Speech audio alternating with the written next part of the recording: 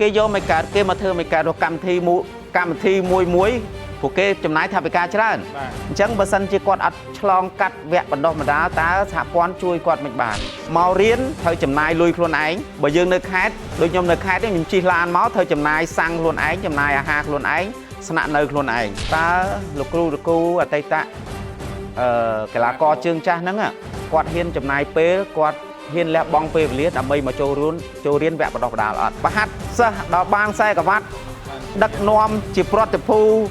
phơi chỉ chạy crom phơi chỉ ở nhà cả đa thằng nạ chiết thằng nạ ăn rạ chiết bỏ bong phải ôn nơiแต่thạc nhom không nhận bọt vì sao tiết án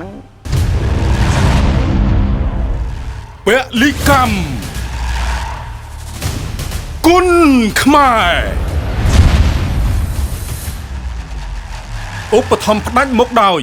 ផលិតផលបំពេញសុខភាព We Hope ជួយដោះស្រាយបញ្ហាសន្លាក់សរសៃនិងអាស៊ីតយ៉ាងមានប្រសិទ្ធភាព We Hope ជួយដោះស្រាយបញ្ហាលើសសម្ពាធឈាមលើសជាតិស្ករការពារជំងឺទឹកនោមផ្អែមនិងបញ្ហាតម្រង់នោម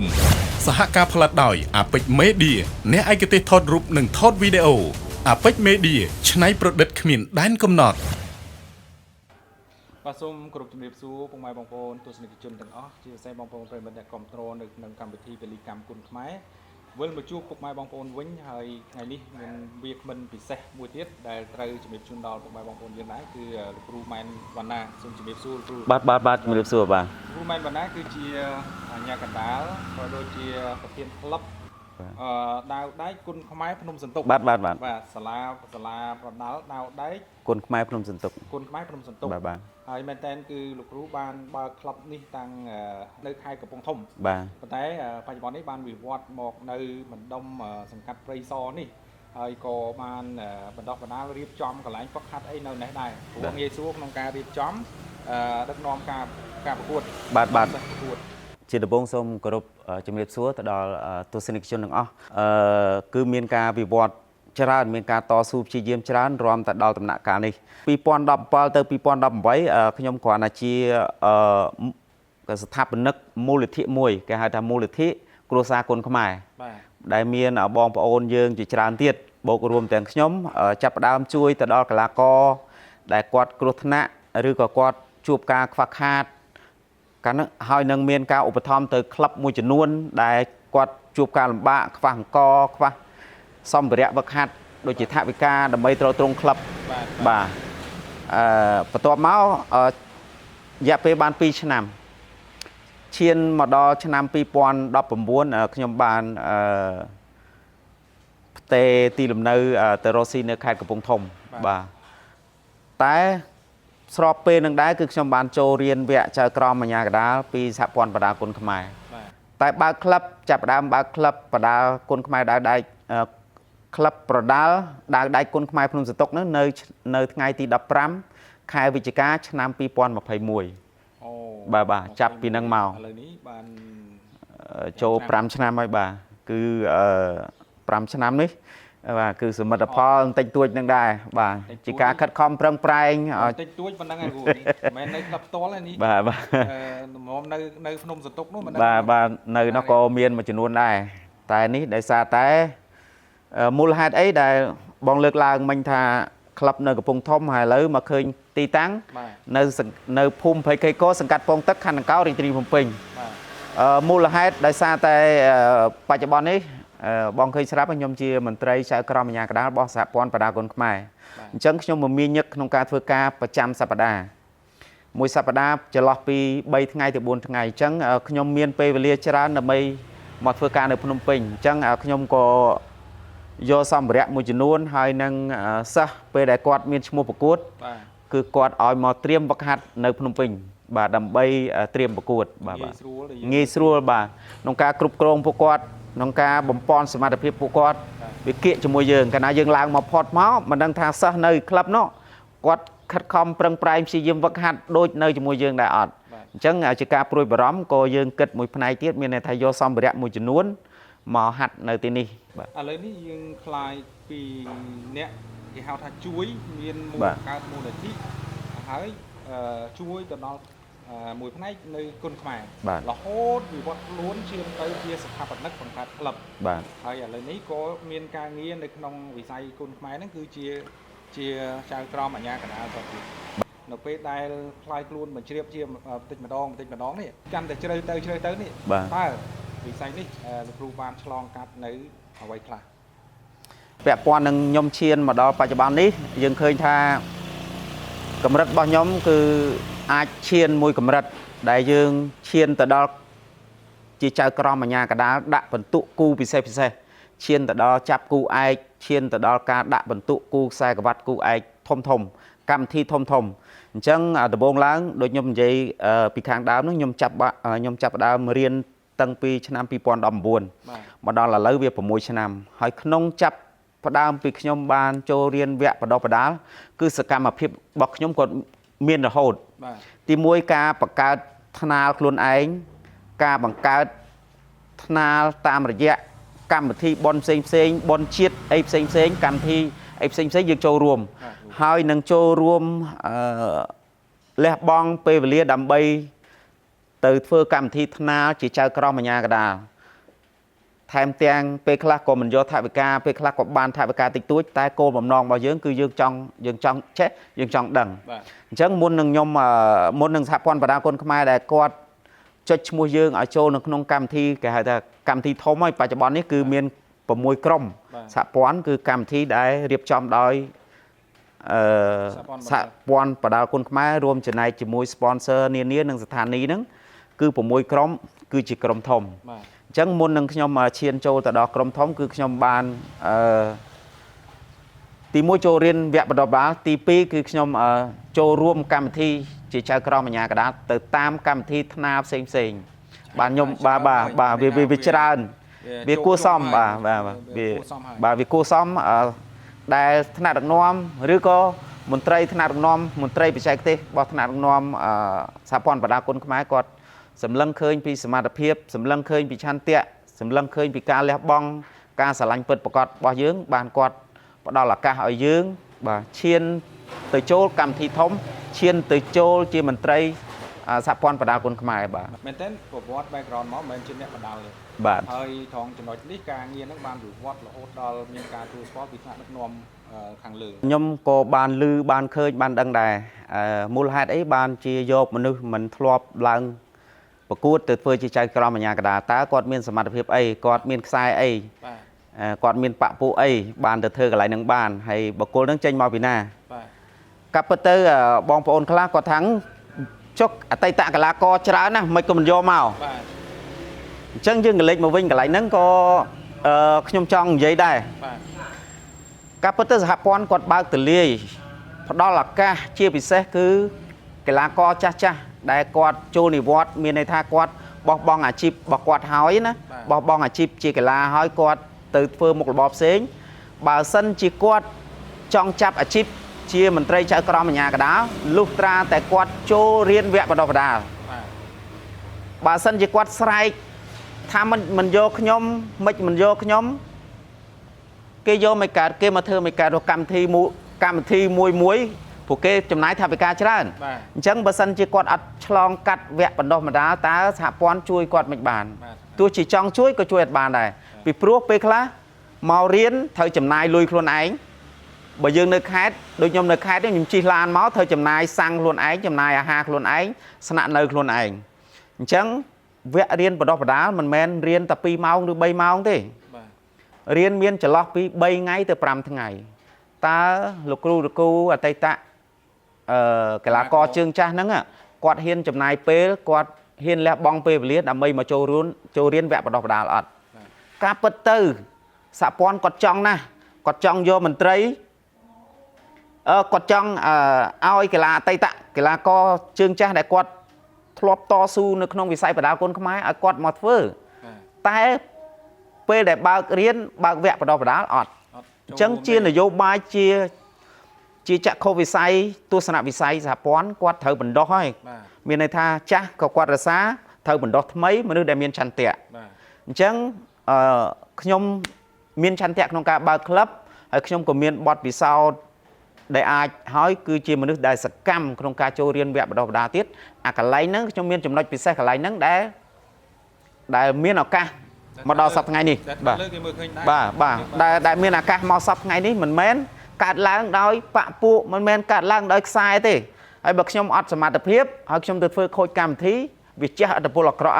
អញ្ចឹងអាហ្នឹងរឿងមួយទៀតដែលខ្ញុំរងសម្ពាធគឺខ្ញុំមិនធ្លាប់ឡើងសង្វៀនអញ្ចឹងដាច់ខាតក្នុងឆន្ទៈរបស់ខ្ញុំធ្វើឲ្យបានបើកីឡាករធ្វើបានលោកគ្រូធ្វើបានខ្ញុំក៏ធ្វើបានដែរធ្វើម៉េចធ្វើឲ្យល្អដើម្បីបង្ហាញទៅដល់មហាជនថាទោះជាគាត់មិនមែនជាកីឡាករក៏គាត់អាចមានសមត្ថភាពធ្វើបានដែរចំណុចកន្លែងហ្នឹងហើយដែលធ្វើឲ្យយើងខំប្រឹងសិក្សាពេលដែលសហព័ន្ធមានការរៀនបើកវគ្គបណ្ដុះបណ្ដាលគឺមានវត្តមានខ្ញុំជានិច្ចកន្លែងហ្នឹងណាបាទហ្នឹងកន្លែងហ្នឹងដែលយើងឈានមកដល់បច្ចុប្បន្ននេះដែលខ្ញុំលើកត្រួសបាទក្រៅពីហ្នឹងទៀតមានអីទៀតគ្រូនៅក្នុងអ្វីដែលគេហៅថាអនុស្សាវរីយ៍ភាពជូរចត់នៅក្នុងប្រវត្តិនៃការចូលប្រឡូកគុនខ្មែរនេះទាំងដែលយើងមិនមែនជាអ្នកបដៅពីមុនមកទេក៏ប៉ុន្តែវាភាពជូរចត់នៅក្នុងវិស័យបដាគុណខ្មែរពាក្យថាកីឡាហ្នឹងគឺស្មារតីកីឡាហ្នឹងគឺវាមានភាពអំណត់អត់ធ្មត់ទាំងសុជីវធម៌ទាំងក្រមសីលធម៌ទាំងគុណធម៌ទាំងអស់ហើយសំខាន់គឺភាពអត់ធ្មត់ព្យាយាមប្រឹងប្រែងអាទាំងអស់ហ្នឹងជាអនុស្សាវរីយ៍ជូរចត់ឯធម្មតាយើងមិនមែនជាកីឡាករគឺរាងកាយសាច់ដុំយើងវាមិនមែនដូចកីឡាករទេអញ្ចឹងសួរថាយើងទៅបង្ហាត់សិស្សតើជួបបញ្ហាអីខ្លះវាឈឺខ្លួនពេលខ្លះប៉ោងឆ្អឹងជនីបាទប៉ោងឆ្អឹងជនីដកទៅហើរមកដេកមកចុកពេលខ្លះហូរឈាមពីច្រមុះប្រាប់សិស្សឲ្យដឹងបាទពេលខ្លះអត់ប្រាប់ទេនិយាយទៅវាជាចង់អួលដើមកបាទពេលចុកឆ្អឹងជនីយប់ឡើងដេក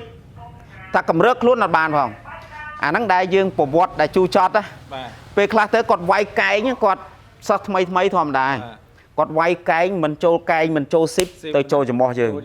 បាទប៉ោងហើមដូចឃ្មុំតិចចឹងមកដល់ពេលនេះដែលយើងមានទំនុកចិត្តថាយើងអាចធ្វើបានដូចគេទេធម្មតាទេយើងជាគ្រូប្រវឹកជាក្លឹបរឿងដែលពិបាកជាងគេគឺរកទីផ្សារនៅពេលដែលសិស្សយើងមកប្រហាត់ថ្មីយើងអត់មានគេឈ្មោះយើងត្រូវការស្វែងរកទីលានប្រកួតស្វែងរកទីផ្សារបាទគេហៅថាទីផ្សារក៏បានតែសំខាន់ហ្នឹងកន្លែងដែលបញ្ចេញសមត្ថភាពឲ្យសិស្សយើងដើម្បីថាតើសិស្សយើងនេះហាត់3ខែគាត់វាយបានយ៉ាងម៉េចហាត់4ខែគាត់វាយបានយ៉ាងម៉េចហើយសិស្សយើងដល់កម្រិតណាហើយចាប់គូយ៉ាងម៉េចអាហ្នឹងសិតតែដែលយើងត្រូវស្វែងយល់ក្នុងនាមជាក្លឹបក្នុងនាមជាគ្រូប្រវឹកឯងបាទអញ្ចឹងគិតពេលខ្លះគិតជាងមុខរបរទៀតបាទព្រោះក្លឹបបដាលហ្នឹងវាមិនងាយទេបើសិនជាងាយគឺមកស្រុកកើត10បាទមិនមែនមកខេត្តខ្លះអត់បានមួយទេដោយខេត្តកំពង់ធំហ្នឹងមានតែមួយទេបាទវាមានឈ្មោះច្រើនដែរតែគ្រាន់តែថាមិនទាន់បានទទួលស្គាល់មិនទាន់បានទទួលស្គាល់ពីសហព័ន្ធបដាគុណខ្មែរគាត់គ្រាន់តែធ្វើតិចតួចពេលដែលគាត់តនេពីធ្វើការអីផ្សេងគាត់ប្រហាត់អីកាពេកពុកបាវសាក់2 3អីតាមសញ្ញាផ្ទះតាមមលុបដើមឈើឯងតែបើឲ្យបង្កើតជាលក្ខណៈទទួលសិស្សទៅសហព័ន្ធមានអាជ្ញាប័ណ្ណទទួលស្គាល់ពីសហព័ន្ធនៅឯកំពង់ធំមានតែក្លឹបដៃគុណខ្មែរភ្នំសតុកមួយទេបាទមានតែមួយដែលទទួលស្គាល់ដោយសហព័ន្ធវាមានតែប៉ុណ្ណឹងអ្វីដែលខ្ញុំចង់ក្តោបទាំងមូលមានន័យថាកុំខ្លាចគេថាឲ្យតែយើងស្រឡាញ់ពិតប្រាកដយើងពីមុនមកមិនធ្លាប់ធ្វើមុខរបរហ្នឹងក៏ដោយអាជីពហ្នឹងក៏ដោយឲ្យតែយើងស្រឡាញ់យើងធ្វើបានដូចគ្នាហ្នឹងមើលអ្នករ៉ូស៊ីខ្លះមិនមែនតតែចូលសាលាបានធ្វើរ៉ូស៊ីកើតណាគាត់រ៉ូស៊ីយូរទៅគាត់មានបទពិសោធន៍ចុះខ្ញុំ5 6ឆ្នាំបងប្អូននៅតែថាខ្ញុំអត់មានបទពិសោធន៍ទៀតអាហ្នឹងវាមិនត្រូវបាទប្រហាត់សិស្សដល់បានខ្សែក្រវ៉ាត់ដឹកនាំជាប្រតិភូធ្វើជាចៅក្រមធ្វើជាអាជ្ញាកណ្ដាលធ្វើជាប្រតិភូដឹកនាំកម្មវិធីប្រកួតថ្នាក់ជាតិថ្នាក់អន្តរជាតិបើបងប្អូននៅតែថាខ្ញុំគ្មានបទពិសោធន៍ទៀតអាហ្នឹងខ្ញុំមិនដឹងថាម៉េចដែរអាចជារឿងមួយផ្សេងទេប៉ុន្តែគាត់ថាសួរថាកីឡាករដែលគាត់មកធ្វើជាកីឡាករតើរៀនប្រហែលខែចេះតែមួយឆ្នាំហ្នឹងចេះហើយបាទចុះខ្ញុំ5ឆ្នាំ ហើយខ្ញុំមានឆន្ទៈខ្ញុំមានបេះដូងស្រឡាញ់ពិតប្រាកដរឿងអីមិនចេះចេះដូចគ្នាហ្នឹងអត់មានអីចម្លែកទេបាទសម្រាប់កម្មវិធីពលិកម្មគុណខ្មែរនៅក្នុងការសម្ដែងដំណើរជួបជាមួយនឹងលោកវូមែនវណ្ណាយើងគិតថាដល់ទីបញ្ចប់ហើយបើសិនជាលោកវូមានទីពេចអីដែលត្រូវបន្ថែមយើងអាចលើកឡើងនៅវគ្គនេះបានជាការសនំពរក៏បានហើយបើមានការខុសឆ្គងអីក៏សូមយកយល់អធិស្ឋានហើយបច្ចុប្បន្ននេះយើងដឹងស្រាប់ហើយក្លឹបតាមខេត្តប្រឈមមុខធំបំផុតគឺការចាប់គូអញ្ចឹងក៏សូមឲ្យសនំពរទៅអ្នកគូកងចាប់គូតាមស្ថានីយ៍មិនថាតែក្លឹបខ្ញុំទេបាទសូមឲ្យជួយបាទវាមិនស្មើភាពគ្នាទេវាមិនស្មើគ្នាឬក៏វាមិនជួយអីក៏វាមិនស្មើគ្នាដែរតែសូមឲ្យមានការយកចិត្តទុកដាក់ពីព្រោះអីដូចជាពួកខ្ញុំនៅតាមខេត្តហ្នឹងមានការលះបង់អញ្ចឹងបើសិនជាចាប់គូមិនបានកីឡាករក៏គាត់មិនហ៊ាននៅវឹកហាត់នៅក្លឹបយើងដែរបាទហើយក៏គ្មានអីលើកទឹកចិត្តទៅដល់ឆន្ទៈរបស់គាត់ដែលគាត់ខំលះបង់គាត់ស្រឡាញ់រួមចំណែកជាមួយគុនខ្មែរបើសិនជាទុកគាត់ចោលឬក៏យូរមួយអញ្ចឹងខ្ញុំគិតថាគាត់អត់មានកម្លាំងតស៊ូទៅមុខទៀតទេអញ្ចឹងខ្ញុំអត់មានថាអ្នកចាប់គូណាគាត់យ៉ាងម៉េចទេគាត់អានេះជាការស្នើសុំរបស់ខ្ញុំសូមឲ្យពិនិត្យបច្ច័យឲ្យបានល្អិតល្អន់ហើយក៏សូមឲ្យជួយគាត់បាទជួយក្លឹបតាមខេត្តបាទមិនបានច្រើនក៏សូមជួយទៅតាមលទ្ធភាពទៅតាមដែលចំនួនសិស្សដែលគាត់មានផ្ដល់ឱកាសឲ្យបាទពីព្រោះកម្មវិធីឥឡូវក៏មានច្រើនដែរបាទវាមិនមែនមានតែ3 4កម្មវិធីមកសប្តាហ៍ចង់ចូល30 40នឹងថ្នាលយើងអត់រាប់ថ្នាលផងរាប់តែកម្មវិធីធំចូលចង់20ឬក៏20ជាងដែរអញ្ចឹងជាការสนំពររបស់ខ្ញុំក៏សូមជួយបាទពេលខ្លះយើងគិតថាមិនបានគាត់មិនតំណាក់តំណងពេលខ្លះតំណាក់តំណងទៅពួកគាត់អត់លើកអត់ឆ្លើយតបគ្នាហ្នឹងក៏ពិបាកដែរបាទកណាត់តាក់ទងទៅគាត់អត់ឆ្លើយតបលែងហ៊ានតែពេលលែងហ៊ានទៅវាទៅជារឿងមួយផ្សេងទៀតបាទគឺបាត់តំណាក់តំណងអញ្ចឹងទោះពេលខ្លះក៏យើងគេហៅថាសម្របសម្រួលយកយល់អធិស្ឋានអាចជួយតាក់ទងទៅគាត់ឬក៏យ៉ាងម៉េចអីដើម្បីឲ្យជួយគាត់មានន័យថាយើងកុំប្រកាន់ថាតើតែក្លឹបនឹងតាក់ទងមកគាត់ហើយគាត់ថាគេចាប់គូឲ្យតើបើមិនដែលឃើញតាក់ទងមកគាត់ផងអាហ្នឹងខ្ញុំកន្លែងហ្នឹងសូមឲ្យមានការយោគយល់ជាស្រ័យបាទខ្ញុំមានតែប៉ុណ្្នឹងឯងបាទអរគុណលោកគ្រូបាទមុននឹងបញ្ចប់កម្មវិធីយើងខ្ញុំក៏សូមអរគុណដល់ក្រុមហ៊ុន VY Plus ដែលបានចូលរួមគាំទ្រនៅក្នុងកម្មវិធីពលិកម្មគុណខ្មែរនេះរហូតដល់យើងមានដំណើរការហើយយើងបានជួបជាមួយនឹងវាគ្មិនជាបន្តបន្ទាប់នៅក្នុងកម្មវិធីនេះហើយខ្ញុំគិតថាបងប្អូនពុកម៉ែយើងនឹងជួយគាំទ្រជួយចែករំលែកជួយលើកទឹកចិត្តហើយជួយគេហៅថាជ្រុំជ្រែងព្រោះការវិស័យនេះវាត្រូវការរបស់គ្នាបាទត្រូវមែនតែលោកគ្រូមែនតែកីឡាករវាត្រូវជាអ្នកផ្សព្វផ្សាយក៏មានទូនាទីក្នុងការចូលរួមផ្សព្វផ្សាយជាសម្បត្តិរួមរបស់ខ្មែរយើងតែមួយបាទពលិកម្មគុណខ្មែរឧបត្ថម្ភផ្ដាច់មុខដោយ